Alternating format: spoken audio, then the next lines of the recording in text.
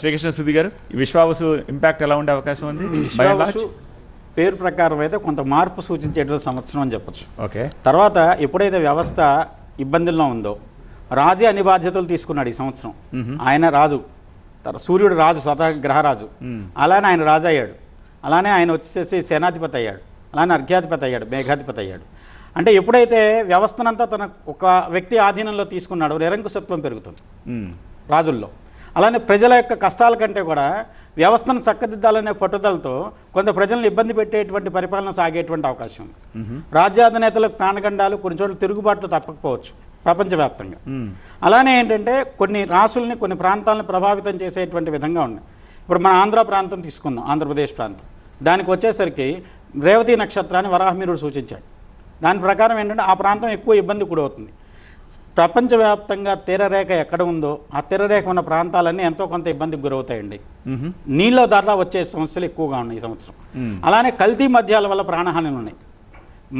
మందుల్లో కొన్ని వికటించిన దానివల్ల వచ్చేటువంటి ఇబ్బందులు వస్తాయి, ప్రాణానికి హాని జరగచ్చు. కల్తీ మద్యం వల్ల కావచ్చు, మందులు మెడిసిన్స్ వల్ల కూడా కొన్ని రియాక్షన్స్ వచ్చి ప్రాణాలకు హాని జరగచ్చు.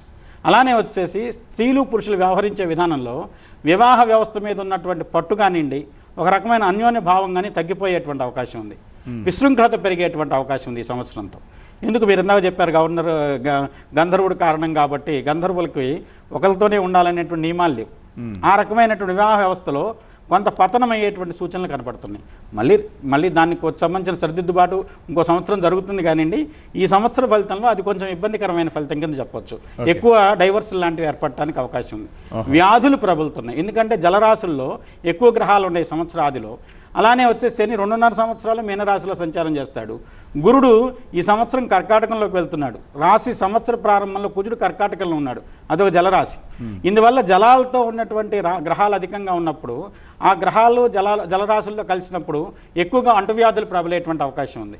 ఇవన్నిటికీ సూచనగా ఈ సంవత్సరం కొంత ఇబ్బంది ఉన్నది కానివ్వండి. గత సంవత్సరంతో పోలిస్తే చాలా మెరుగైన సంవత్సరం.